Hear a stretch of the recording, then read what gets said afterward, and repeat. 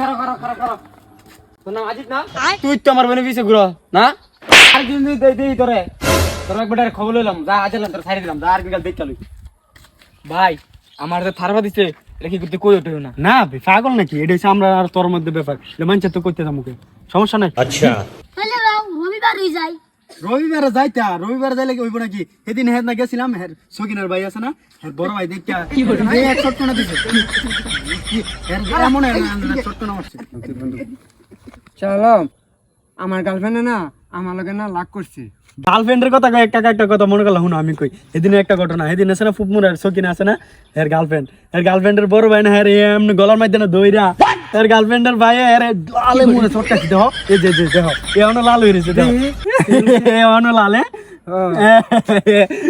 এমন মানুষ বুঝছো, এটা বলে প্রেম করে।